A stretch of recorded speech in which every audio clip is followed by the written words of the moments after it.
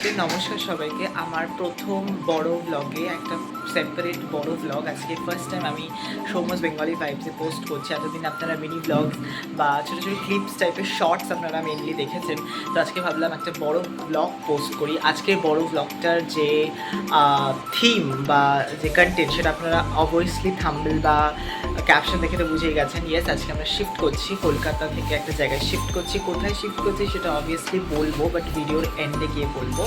তো ব্লগটা দেখুন, আই হোপ আপনাদের ভালো লাগবে। যে কিছু খুঁটিনাটি তথ্য আপনাদের বলবো যে এক জায়গা থেকে এক জায়গায় শিফট করতে গেলে আপনাদের কী কী মেন্টালিটি প্রিপারেশন নিয়ে রাখতে হবে।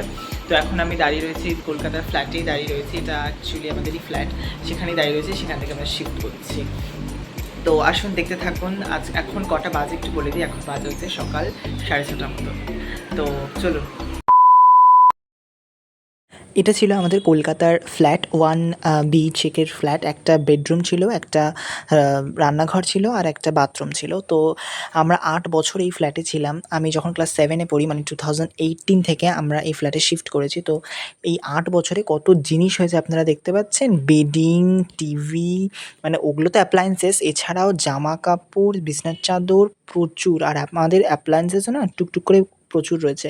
ফ্রিজ ছিল, ওয়াশিং মেশিন ছিল, টিভি ছিল, শোকেস ছিল, একটা বড় আলমারি ছিল, প্রচুর অ্যাপ্লায়েন্সেস ছিল। আর আমাদের ফ্ল্যাটটা 3 তলা। তো সেখান থেকে এত বড় বড় অ্যাপ্লায়েন্সেস নামানো কিন্তু চারটিখানি কথা নয়। তো ক্লিপের মাঝখানে একটু আমাকে দেখিয়ে নিলাম। আমাকে দেখিলাম মানে একটু কিছু কথা বলছি। ব্যাকগ্রাউন্ড নয়েজটাকে যদি পারো একটু ইগনোর করে নিও, আমি কিছু করতে পারছি না। তো আজকে এই যিনি মানে যে কাকুগুলো মালপত্র আর কি ওঠাচ্ছে, তাদের ভোর 5টার সময় আসার কথা ছিল। আমরা তো ভোর 4টের সময় উঠেছি। ভোর 4টের সময় উঠে মানে সব মানে 70% করাই ছিল রাত্রিবেলা, আর 30% ভোর 4টে থেকে 5টার মধ্যে আমাদের কমপ্লিট হয়ে গেছে। আমরা ভোর 4টে বেলা উঠে সমস্ত মানে মা বাবা বেশি করেছে, আমি যদি অল্প করেছি, বাট তাও করেছি। তো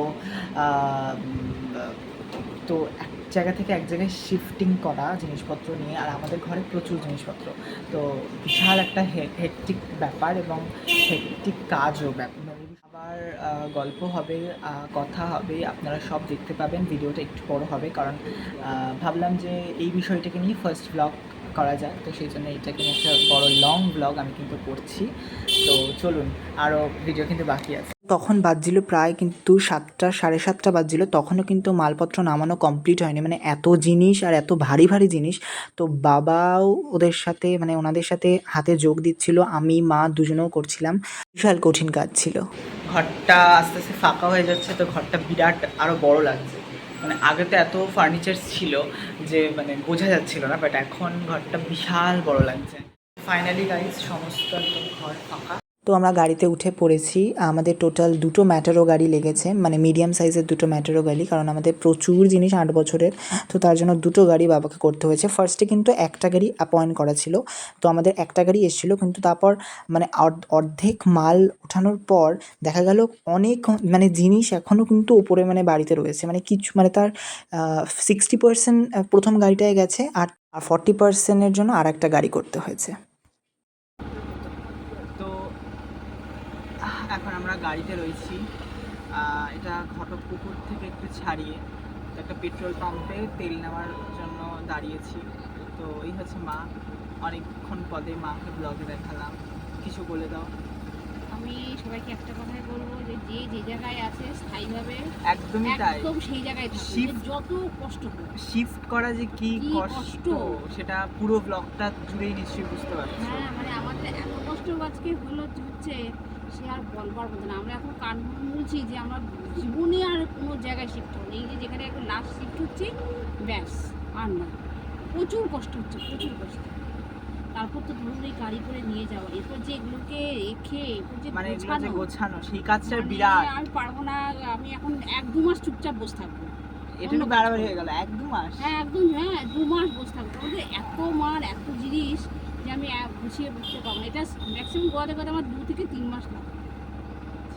তো এখনো আমাদের বসিরহাট পৌঁছতে কিন্তু মিনিমাম মনে হয় 1.5 ঘন্টা মতো লাগবে। সকালে একটা করে চা বিস্কুট খেয়ে নিই, কিচ্ছু খাইনি, আসতে পড়ি কিচ্ছু খাইনি। তো ঠিক আছে, এবার আমি বলি একটু সো মিনিমাম এখন 1.5 ঘন্টা লাগবে বসিরহাট পৌঁছাতে। তো মাঝখানে আর ক্লিপ নিচ্ছি না, একেবারে বসিরহাট পৌঁছে আপনাদের সাথে দেখা হচ্ছে। অনেক অপেক্ষা করিয়েছি, এবার বলিয়ে দিই আমরা কোথায় শিফট করলাম। আমরা কলকাতা থেকে, টলিগঞ্জ থেকে আমরা কিন্তু বসিরহাটে শিফট করেছি। বসিরহাটে আমার ঠাকুমার বাড়ি, বসিরহাট থেকে একটু ভিতরে। আর এটা হচ্ছে বসিরহাট ব্রিজেরই ক্লিপ দেখছো। তো ভিডিওটা এখানেই শেষ করছি। সবাই ভালো থাকবেন, সুস্থ থাকবেন, আর এরকম ভিডিওর জন্য সাবস্ক্রাইব করবেন।